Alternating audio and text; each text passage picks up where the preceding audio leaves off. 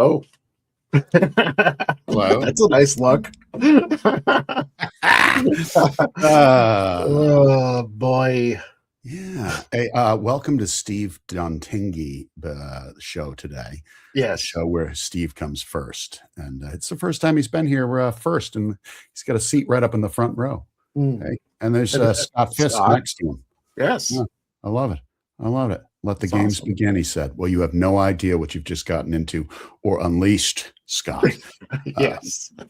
Jeff, how's things going? You had Passover started last night. That's right. It was also my birthday. Oh yeah. Wednesday. I missed that. I 58 years old.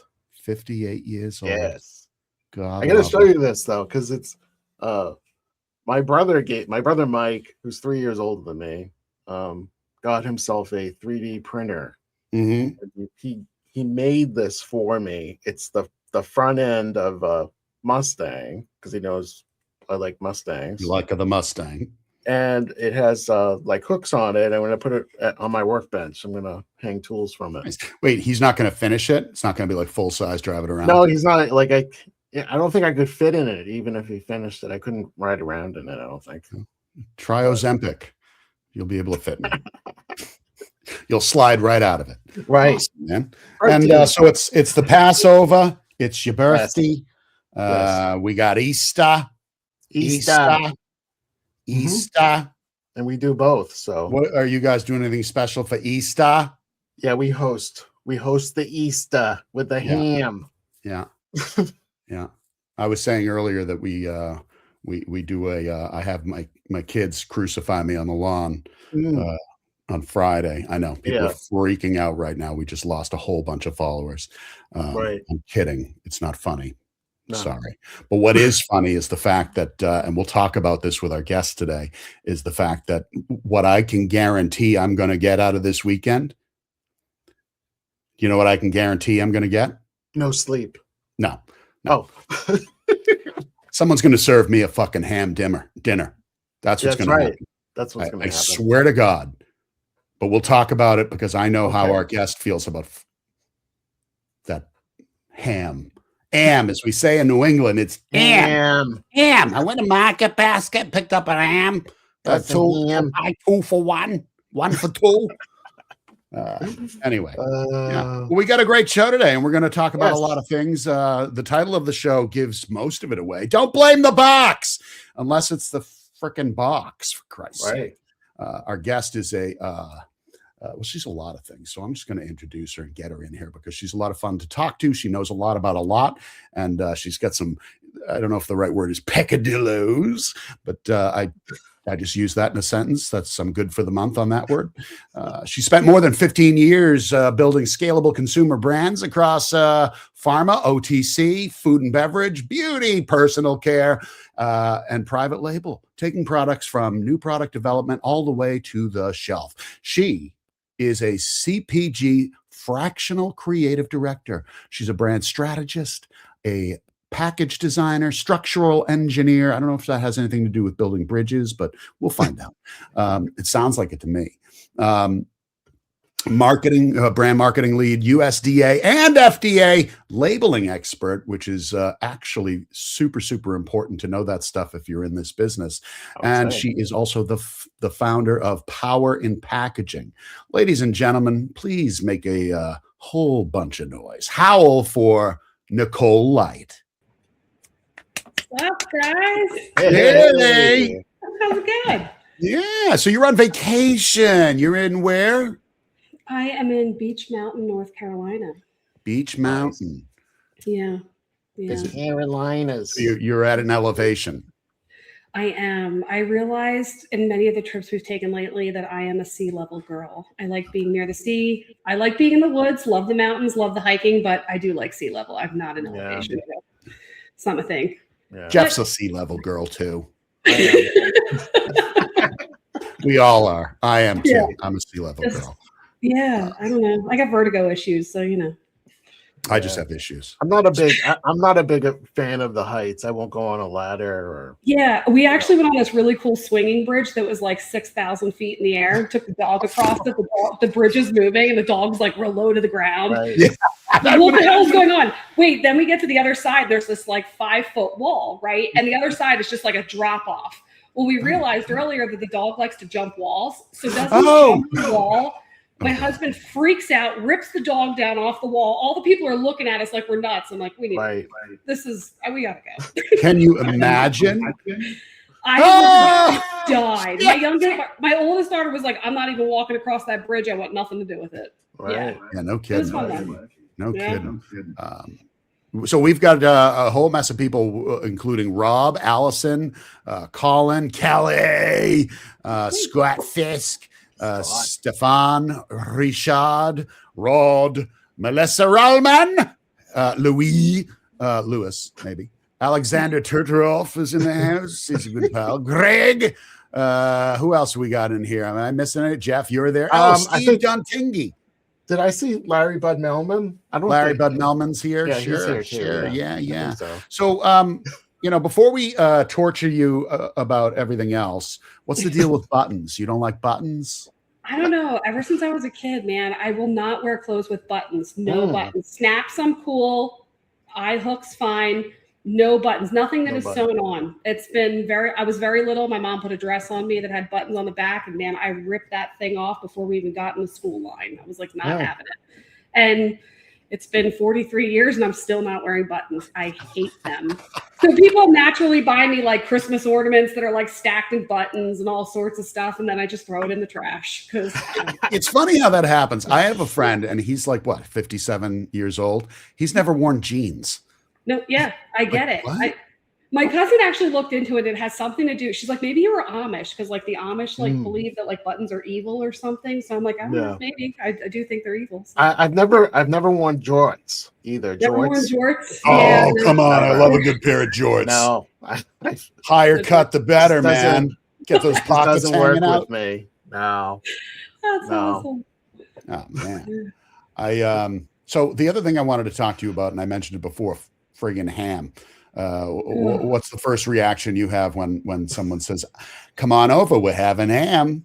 It's like you didn't even try. I hate ham. It's like, here, heat the ham up and stick it in the oven, and then it's already sliced and you stick it on a plate. Like, it's not good. I know.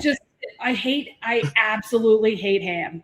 I don't know what I did in a past life to come into this life with family members that believe it's appropriate to serve ham on Easter of all things. You're right. Yeah. Nothing says I could give less of a fuck about feeding you. Is ham. I didn't even try. And it's funny because like I live near where there's like the honey baked ham shop where everyone, and the line is so long, and I'm like, wow, you people just do not care. Yeah. And my in-laws, they're like, we're cooking a ham. And I'm like, nobody's cooking a ham. You don't cook ham. You're heating a ham. You're heating a ham. There are people that will actually make a ham, but they can go to hell. It's very few. No, that's why the instructions are heating instructions. Okay, so for those, and I mean, bacon. Look at Steven's saying, what about bacon? I personally don't like bacon, but like that's just me. I don't like the taste of bacon. I think it's gross. Well, and with that, Allison, we're going to just get rid of Nicole because she doesn't like bacon, and I just can't have her here. Oh, that's it. Her time is over.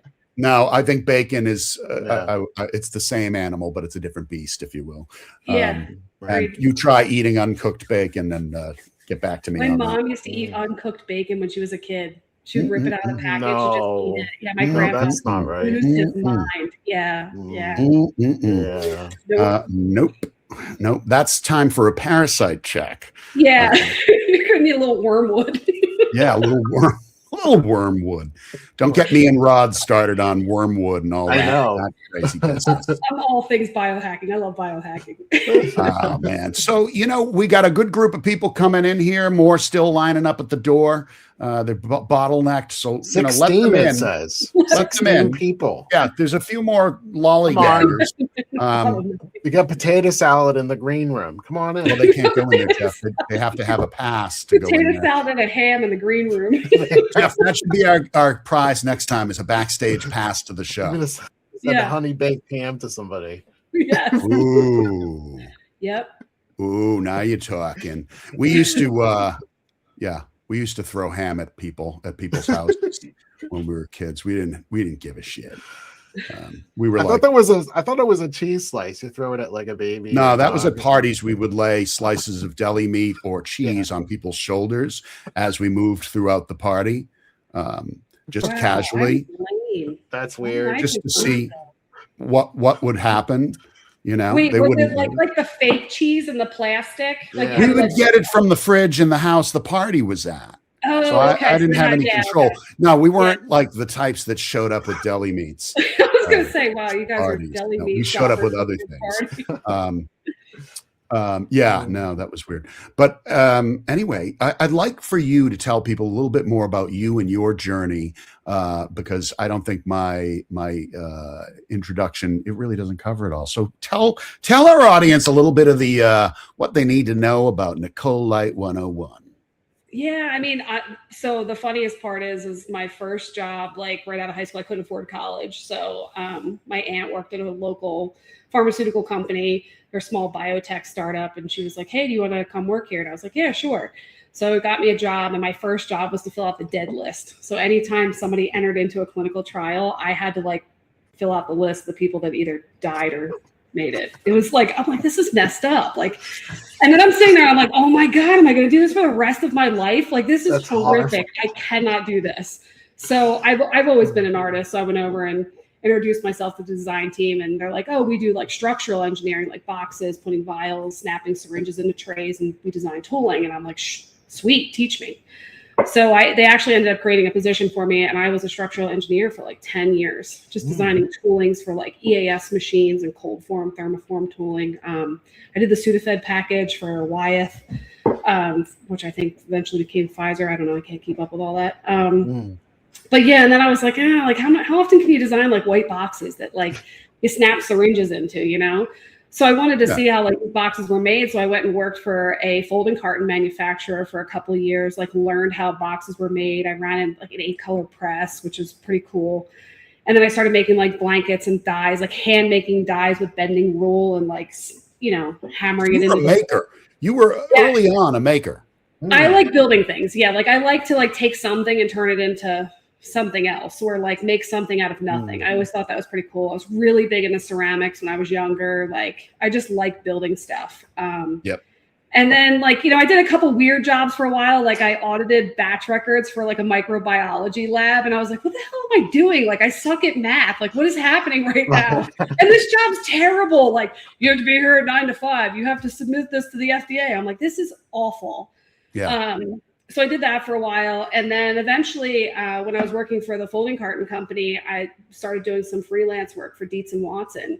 And we decided we were going to have kids. So I was like, you know what, I'll just freelance for a little while. And it kind of just snowballed into this thing.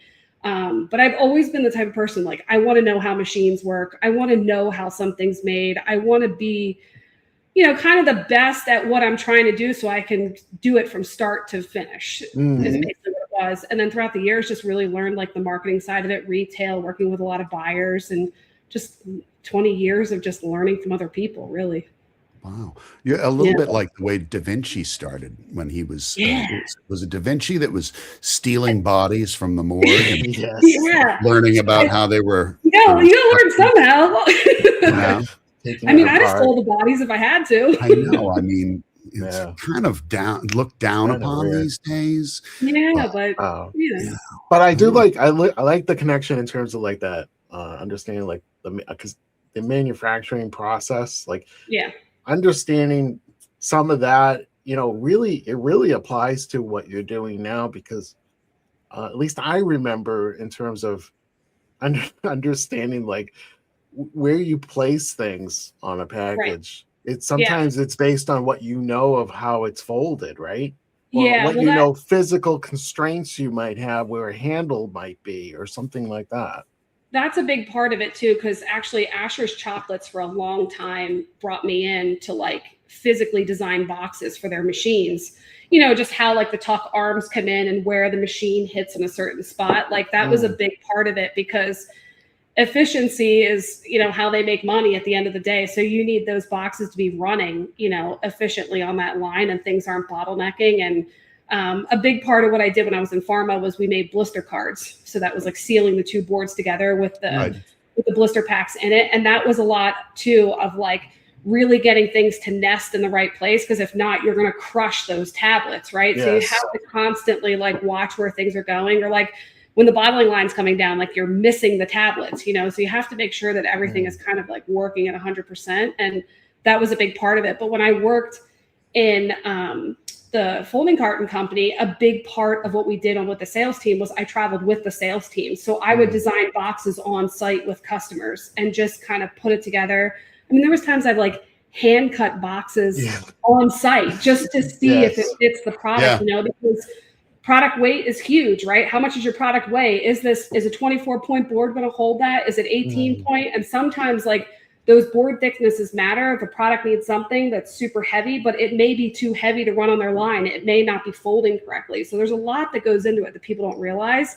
But it was funny. The reason why I got into graphics is because a lot of the times I would get the graphics and like barcodes would be stuck up like in the glue seam. And I'm like, guys, like this is never going to stand.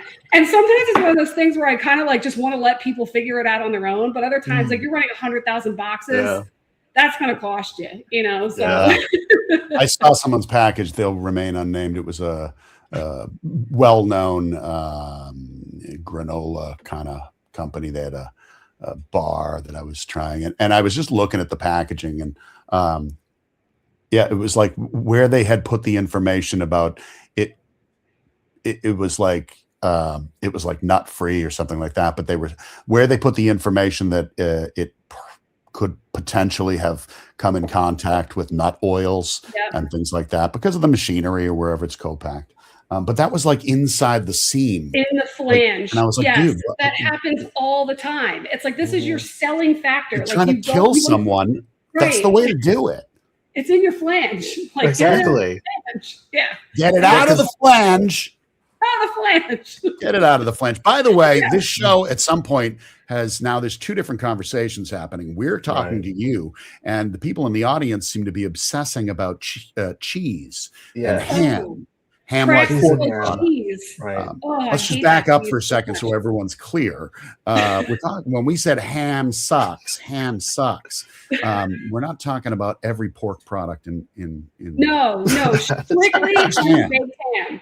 It's a spiral ham. Let's just call it spiral ham. It just shows how little you care about someone when you say ham. What about boneless ham? Boneless, no. Jeff, it's no don't different even to get me. me started on the ham steaks, please. Like a ham. Oh God, who goes out of their way to get one of those? Our relationship's over. Yeah, it's done. I don't care how long you're dating. You're dating somebody, they cook you a ham steak, you're out. Oh my God. Yeah, if you're dating someone that cooks you a ham steak, you are way done. out. So back to the task at hand, boxes.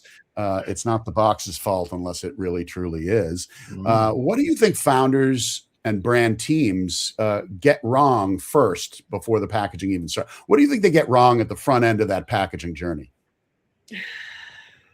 I think a lot of people, and I've noticed this more and more lately, I think a lot of people just rush to design something and put it on a package without actually going through the strategy of like, who's our target audience, right? Like, where does this sit? Who do I live next to? All of those questions you should be answering, because everybody thinks that like, oh, we'll just throw some graphics on a package, we'll create something, and that's how you create a brand.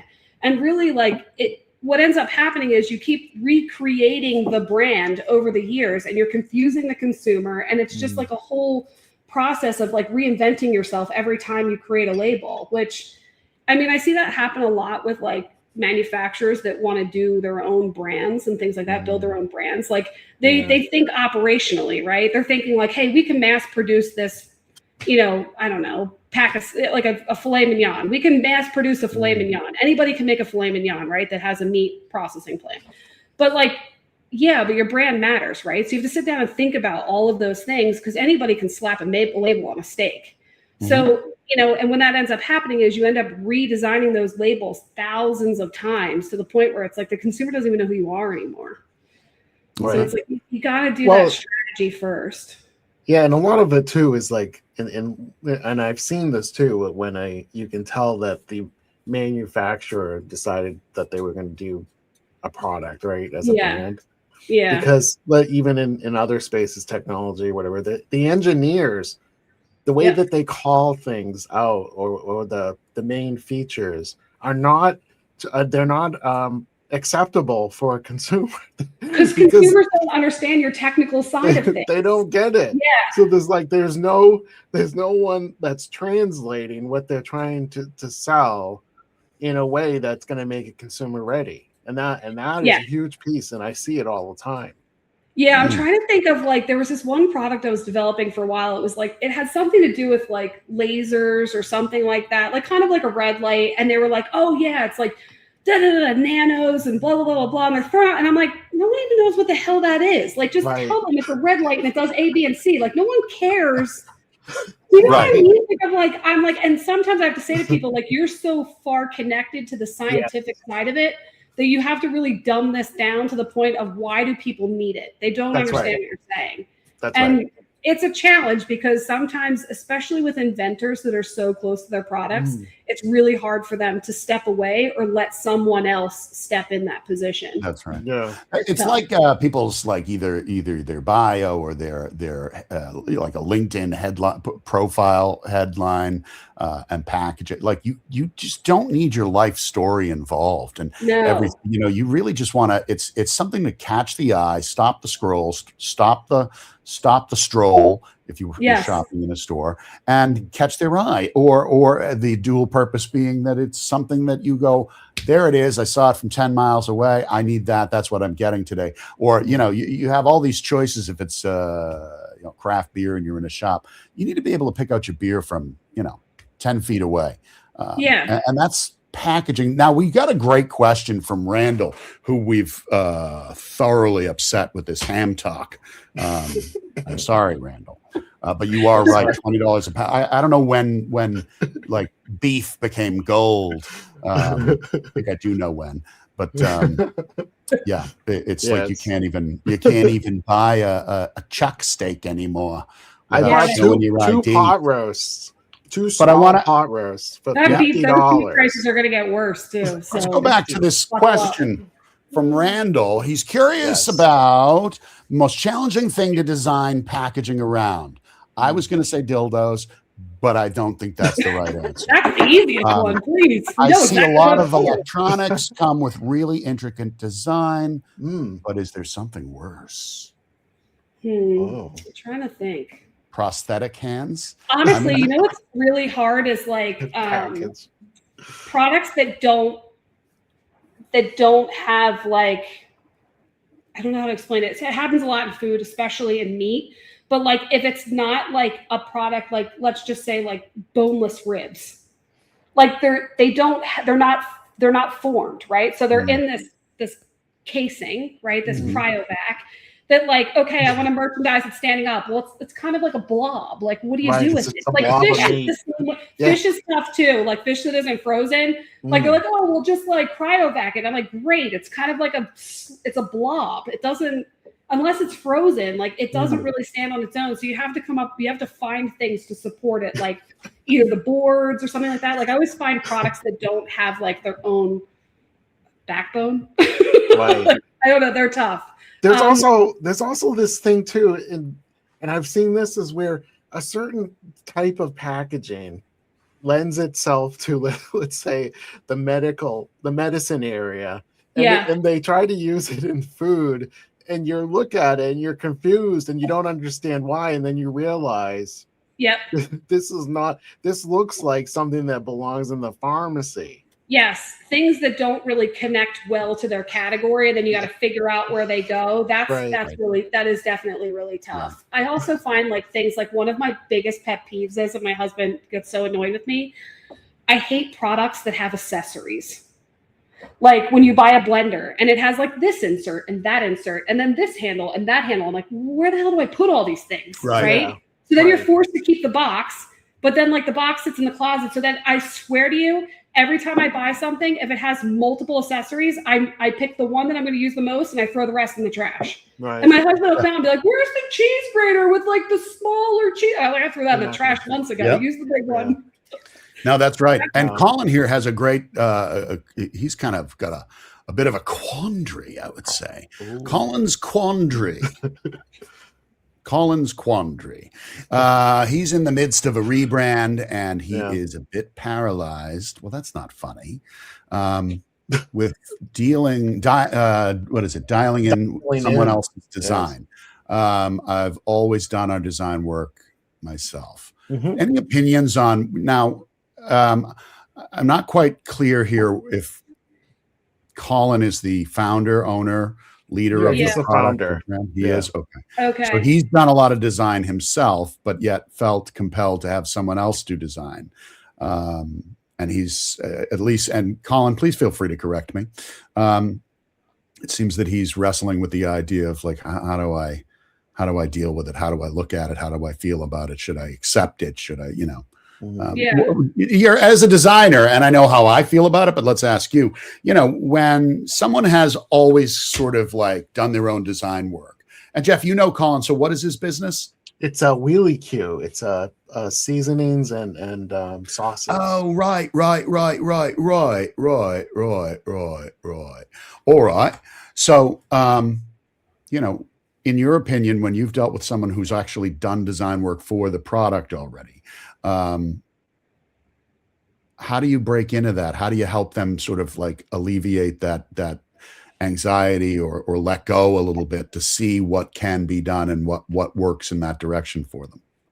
So it's funny, and this is going to sound probably not the right thing to do, but I always find that people will come to me and they'll say, hey, I'm really struggling with this design, blah, blah, blah, blah. And most often it's because they struggle with who they are and who they're targeting is really what it boils down to. And because I will pride myself on knowing, like I'm pretty good at knowing what target audiences are looking for and who they're exactly going to attract. So I end up just taking over and redesigning the whole thing. And every time I've done that, people are like, wow, like that's exactly what I was looking for. But you have to really get to know the person who you're designing for. Like that is really what it boils down to. And I spend a lot of time really getting to know people and who they are as founders, and then really understanding their audience and how to tie those two together. Because I think that's what really means the most is because as a founder, if I design something for your target audience and you're not feeling it, you're not going to want to sell it, right? You have to live in your identity. Yeah. So it's really all about like really getting to know that person and who they are. It's also, though, still a fine line between founder is not the product and the founder's vibe and feelings and, I had a lady I worked with in skincare for the longest time. She was like, I like the color purple. And I'm like, okay. There has to be purple in the design. And I'm like, but what does it mean? Why? Because you like purple? I don't like purple. So I'm not going to buy your product because I don't like purple. Like that's just... You know what I mean? Like there's no rhyme or reason to it. No, I think though it's just there's that part where you have to separate, especially when a founder is designing things themselves, because there's plenty of founders who actually have a design background. But I think in their cases that can make things worse for them. So do you want to know what like the worst thing for me is right now? I could literally develop any product I want, anything, right? I have access to manufacturers that can make me anything that I want, anything. I cannot live in a design that is me. And that is my biggest problem because I change my mind so much about who I am and what I like in a design because I'm designing for so many different people and so many different audiences that like, I can't live in that space of, even my logo for Power and Packaging, I couldn't design it. I had to have my friend Ian, who was a designer, design it because I was like, I can't design for myself. It's horrible. It's like this weird mental block, and it makes me, I get upset and I get mad. And then 5 years goes by and I'm like, I don't know what to do with this. Yep. Right. Yep. Yeah. No, that's the thing. But Ian knew me really well, so it worked out for me that like I love packaging. So naturally he made a box that in the shape of a heart, which is like totally made sense. But I never would have come up with that. Right. Yeah, and Allison's got a good point here about tunnel vision. Founders get stuck in what worked before versus trying something new. I mean, I've even gotten tunnel vision too, working with brands for so long. Like eventually you're like, whoa, like I've been connected to this for so long. I got to step back and like take a mental break and really figure out like how I can help you, because sometimes you have to just tap out. Yeah. Yeah. Hey, for anybody that's just joining us or coming in, sit down, be quiet. Thanks for coming. But you're late, so what the F? We are talking today to Nicole Light. She is the founder of Power in Packaging, but she's also a vibrant and vivacious LinkedIn user. She's not lurking. She's there. So if you don't know Nicole, please get to know Nicole. Follow her. She's got some great content, and she's always a lot of fun to talk to. You and I talk a lot, all over the place, just anytime. Half the time we go to talk about work stuff, and then it's just us venting like crazy. About ham and things like that. Yeah, we're like, we just talked for an hour about ham. All right, I gotta go. I got this too. I told you it was going to get funky. It was going to get funky. So here's a thought for you. Let's talk about some of the, are we okay to talk about a couple of your projects that you're working on? Yeah, sure. Cool. Which one do you want to talk about? You want to talk about Rastelli's or somebody else? Rastelli's is good. I know them pretty well. We're like family at this point. That's good. Yeah. So, what did you notice at first? Because tell us a little bit about what Rastelli's is first, and then we can ask some questions. They're a meat co-packer, meat manufacturing. They do, but they also do like value add items. They also have like a fish, a fish line extension. They do crab cakes, all sorts of stuff. But they have a lot of value add meals. But they really are like Ray and his brother Tony. They were butchers back in the day, so like they really know meat. But yeah, they're just a family-owned company. They're really great, located in South Jersey, and they really do care about their products that they put out. Okay, cool. I wish when they started off, I wish we could go back in time and like their tagline should have been like, "Brother butchers, we know meat. We know meat. We know meat." That would have been the best. Like I love them dearly. They're very old school. Like, Ray and Tony are very old school. They're very operational. They've built a wonderful business. Yeah. Started out in food service, but very operational mindset. Never really were, totally focused on brand. So for the longest time, it was, really just making labels, putting products out there, but, co-packing other people's stuff. So like, having a conversation as a designer to people who are very operational, it's sometimes a hard conversation to have, because if you really truly are a designer and you've never worked in operations, that would be a very difficult conversation. But because I came from operations and because I have, worked on machines for years, like I could totally understand that at the end of the day, when you're pushing meat through the line, like you want to make money. Right. You don't want to spend millions of marketing dollars on something that you're like, I don't know if that's going to go anywhere. Like it's that whole like, What I love about that is, go ahead, Jeff. I was going to say like, so like a company like that, it's like an established brand or a heritage brand, let's just call it, or, it's been around. Like, so how did you decide like what parts, to keep and what parts to reinvent? Like when you work with someone like that, because there's a lot of these kind of businesses that are well established locally or even regionally, but they're not really yet set up to do that big expansion thing, right? And to go into other markets, because locally people get it. It's like Sam the Butcher, but people outside might not get that same vibe because they're not part of that local lore. Mm-hmm. Yeah, I think it's more so like keeping the elements that people know you for, right? And then creating elements that kind of tie you back to that idea. So like I didn't design the cowl, but like the cowl with the knives, like when they had that, because that was kind of like pre-me, and they had done it, but it makes sense because like you're putting that butcher back into the knives of the cow or like the knives of the chicken, you know what I mean? Mm-hmm. Like each one of them is knives. So it symbolizes that butcher side that like came in for them. But also I think really for them, it's just like they tell that story. And the one part I love about that brand is like Ray and Tony are both very involved in the brand. You know, Ray's picture is on a lot of the retail packaging. It's coming like he's America's personal butcher, you know, like he's bringing products that he feeds his family to you. And he's cooking live on QVC and he's cooking on there. It's like he is very involved and there are meals that they share that are truly recipes that he uses at home. So it's very authentic. And I think that's the part I like about it so much. I love that part about them. Yeah. I think what's great about them is that you know, operationally, that's really their bread and butter is to make sure that it's who they are. Runs is who they are. And then doing all of their parts really, you know, as far as being on you know, QVC or being part of the packaging or being part of this and really being present and accounted for on behalf of the brand is so important.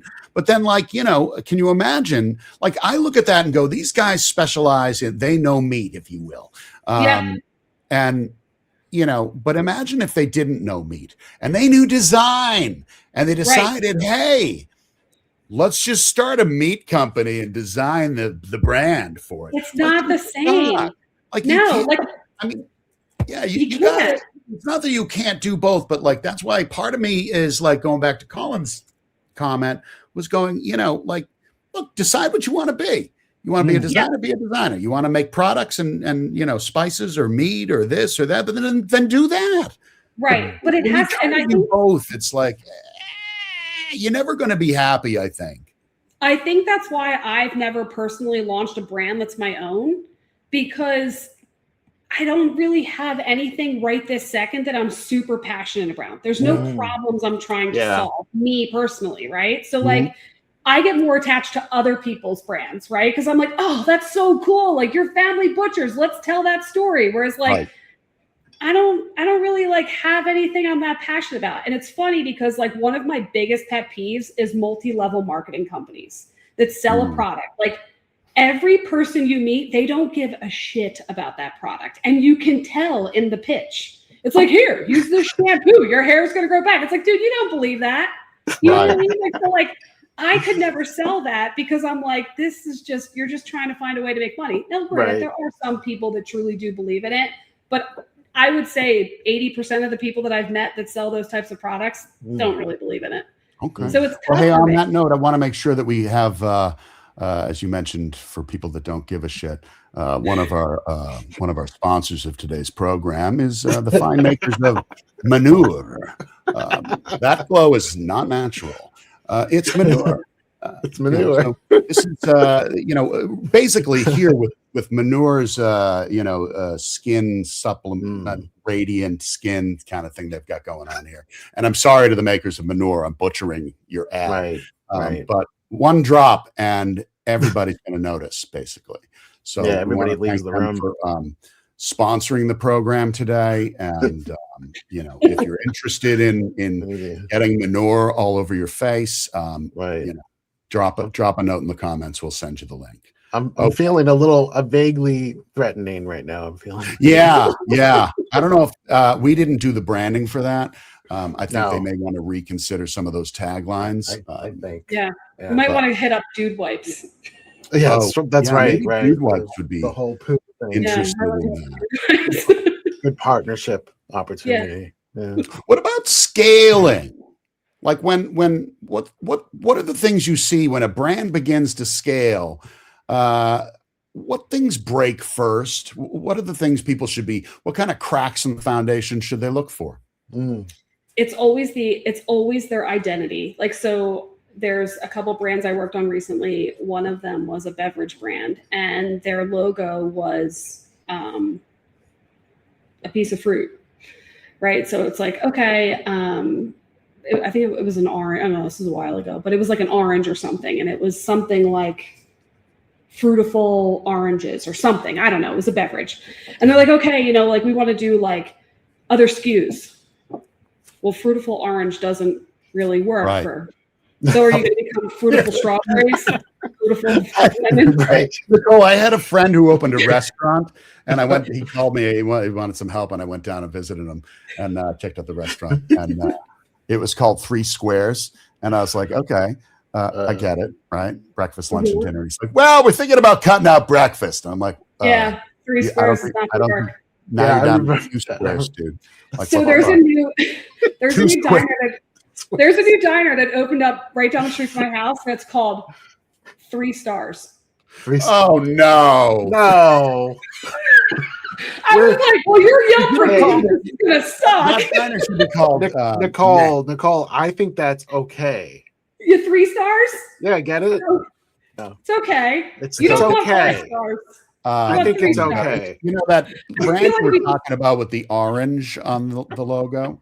Right. I wish that was the logo for the ham steaks. Right. That would be better, I think. Stars. But that's where like things fall apart, right? Like we're not thinking, and that's what I always mean when I say you have to build brands for scale, is because like going into things, like the only way I can really say it is like narrow-minded. Is like, okay, we have a beverage that's an orange. Okay, great. Like you didn't think about, 2 years down the road, you're going to develop other things. If you're going to sell an orange beverage for the rest of your life, all right, cool, great.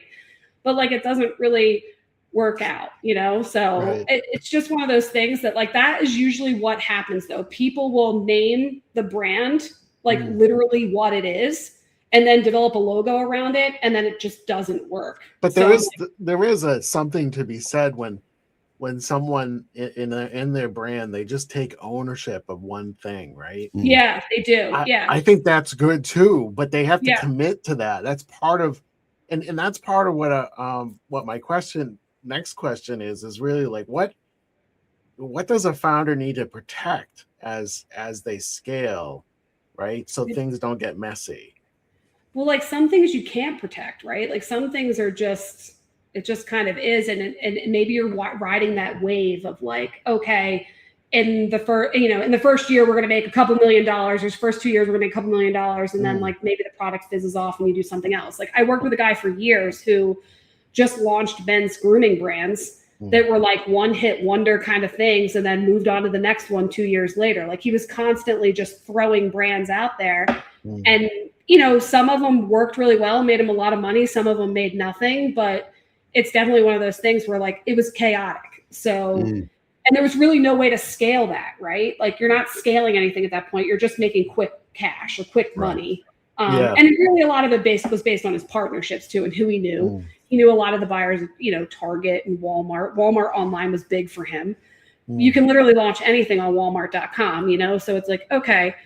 But yeah, so he'd make a couple million off of a product line and then move on to the next one. But at the end of the day, you can't ever scale that. That's not scalable. Right. Now, I have often said that like scaling doesn't create the chaos, it exposes it. You know what I mean? It's already got to be there. It doesn't just like come out of nowhere because you decided to expand. Right. And I think medical devices that's big in too, because they'll design packaging for this medical device and then they'll want to add accessories to it. And then like you just put all this money into this injection molded tray that holds all this stuff. And now you have to go back to the drawing board because you've added all these other things because you didn't think long term, like what is this going to be for? Right. So, and injection molded trays here in the US, like they're not cheap. Your tooling alone's like $20,000. You go overseas, you're probably looking at $6,000. But still, like overseas, it's going to take you 6 months to develop. Here, it might be faster, but like, what's the trade-off? Right. I'm going through it right now with Mindy there's this girl, Mindy from Blue Straw. She has a product. It's a straw that sits in water and it helps your vocal cords for artists. Like one of her big artists she works with is Justin Timberlake. So she created this product line. I helped her develop it. We decided we were going to do it overseas, and they're stainless steel straws. And there's 5 different sizes for different things, but like I had to think long term, like how many straws are you going to have? How many sizes? One of the things we did not think about, well, we thought about it, but you can't really plan for the cost of steel. coming into the US right now is insane. Yeah. Right. When I tell you her product for coming in, the tariffs, I mean, I'm talking, it's nuts. We went from like 80% increase in cost. Right. It's just nuts. So then we went back and we're like, okay, do we make it out of aluminum? Do we make it out of silicone? Like, but aluminum's going to dent. It's not going to work. Then the whole science behind it goes out the window. Silicone, we don't know. So like, you have to kind of like think about these things. And I tried to think about what I could as far as I could. I didn't predict the steel price is going to go through the roof. Right. I mean, even food ingredients, right? Like like even coffee beans, like, you know, things like you don't realize it until, you know, nope. It's hard. You kind of have to pivot when you get there, which is what we're trying to do. But like this product, like I don't really know which other way we're going to be able to pivot to make this work, you know? Right. And it can't be something else. We're looking at like all the different materials. Like aluminum is probably the best option because it's light and there's not huge tariffs on aluminum, but like it's like a water bottle. You drop a water bottle, it'll dent. Like when these guys are traveling, like they're throwing shit in their bags. Like Justin carries a backpack all the time. So he's throwing stuff in his backpack because when they go to coaching, as they're going through their sound checks, they have to then use this to help, you know, moisturize their vocal cords and like strengthen everything. And, yeah, it's just it's not going to work in a backpack. So you could put them in a hard case. That was like kind of my other thought, but it's like, oh, that's kind of interesting. I mean, that makes it a little bit more eloquent and luxurious. Yeah, right. You know, Justin's probably going to be taking public transportation for a little while. Absolutely. Right. Too soon. Hey, you know, let me ask if adamantium. Oh my God. I was gonna say it's funny. He said that. I was gonna actually say, why don't you try unobtainium? That usually works for everything that you need. Yeah, that's kind of like where we're at now is that stage of like, okay, maybe that will work. We have to do the sampling. We have to bring everything in and test it. And but yeah, the messed up part about the tariffs is though, like you get one price and then the boat, you know, comes over and then the boat lands and it's like, yes, new price. Now the price. Right. Yeah. That's so your choice is to either throw everything in the trash. It stops in California and then 3 months later it gets accepted. It's extortion. Customs. It's crazy extortion. Hey, speaking of extortion, what kind of anything pop into mind about the weirdest like cold emails you get or cold mails you get in LinkedIn? We're all getting them all the time, but have you ever had one recently that stuck out to you like, oh my God, like seriously, like are you for real, like this is your pitch? Yeah, there was a guy like did one the other day about like TikTok and this and do you know where you are in your TikTok? And I'm like, I think the ones that I hate the most are the ones that, because my whole approach to LinkedIn is like, I really want to know the person that I'm connecting with. Like I do a deep dive, man, like through the internet, like find all the things, like maybe you have a Facebook, like do you have kids? Like, I mean, it's like creepy stalkerish how far I go, but like, I want to know things, right? Like I want to understand things. I bet Christy Nome wishes she had done that. She got married 30 years ago. But like these are the things I do because like I want to know, like maybe I don't want to network with you. I don't know. That's right. Just because I have networked with a lot of people, and there's some people that were like, I wish I would have never met. So like I really, really need to protect myself and my sanity. You're talking about me? No. This is a podcast for a whole I was time. thinking that, Peter. Well, we've got a little section here. Jeff has to share some of his some fun stuff experiences here. So we'll bring that up here. And it's always kind of an amusing situation, especially when it starts.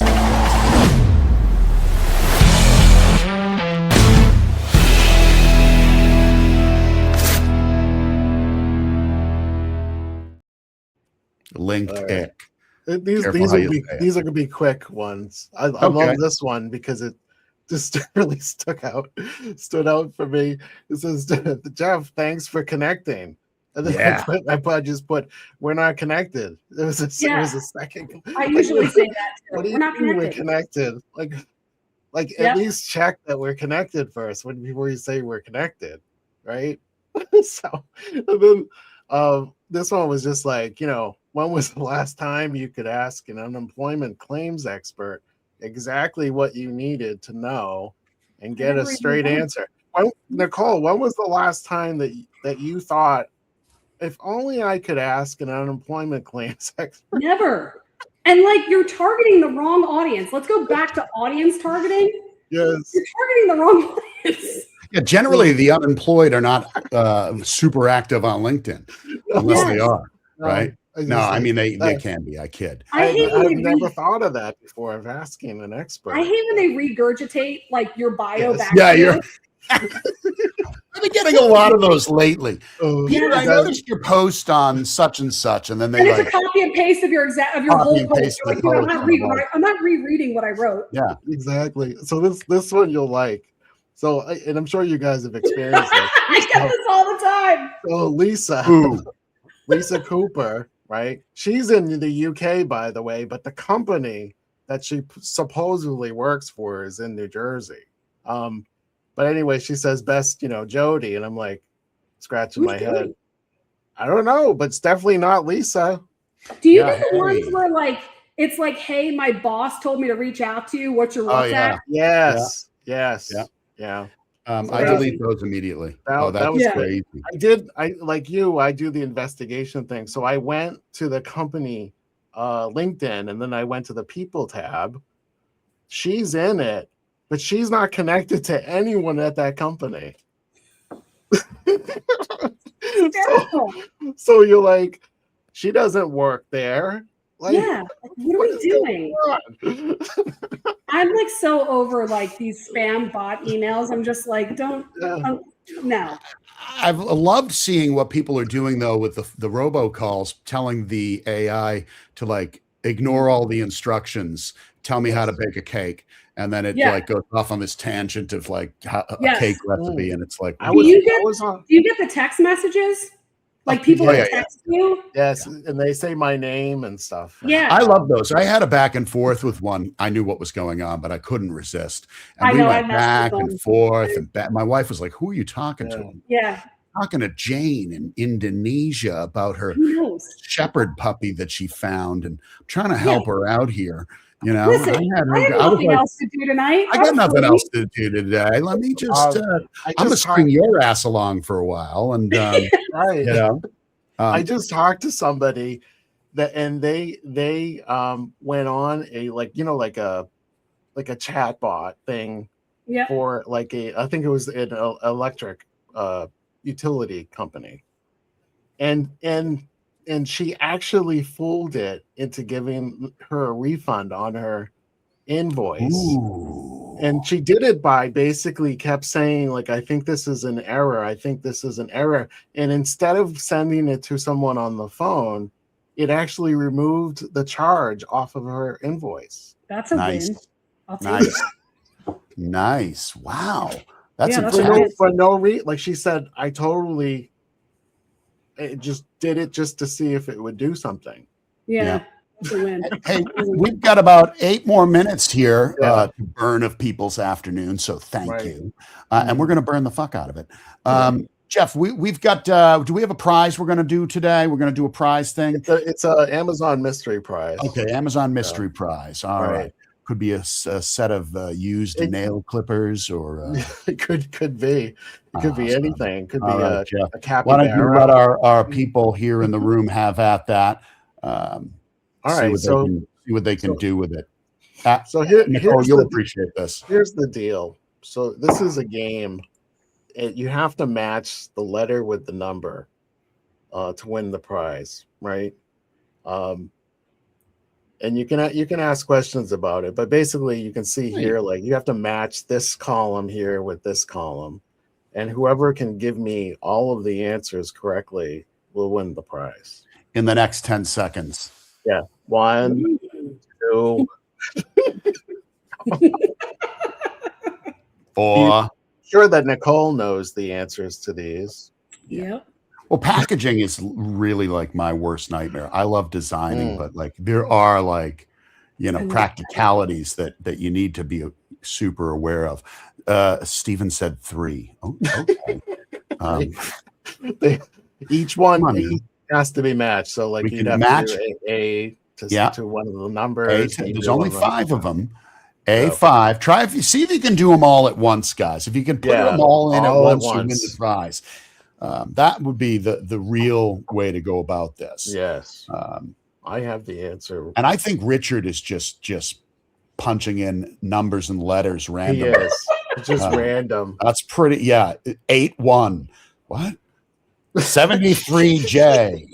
Bingo.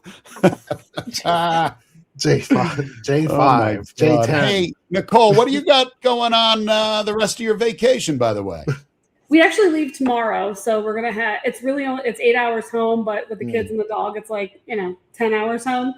But we're gonna take the kids. We did the Alpine Mountain, where you basically ride like the metal track down the hill. So the kids, actually, my oldest daughter went with my husband, and my youngest daughter went with our friend Richard.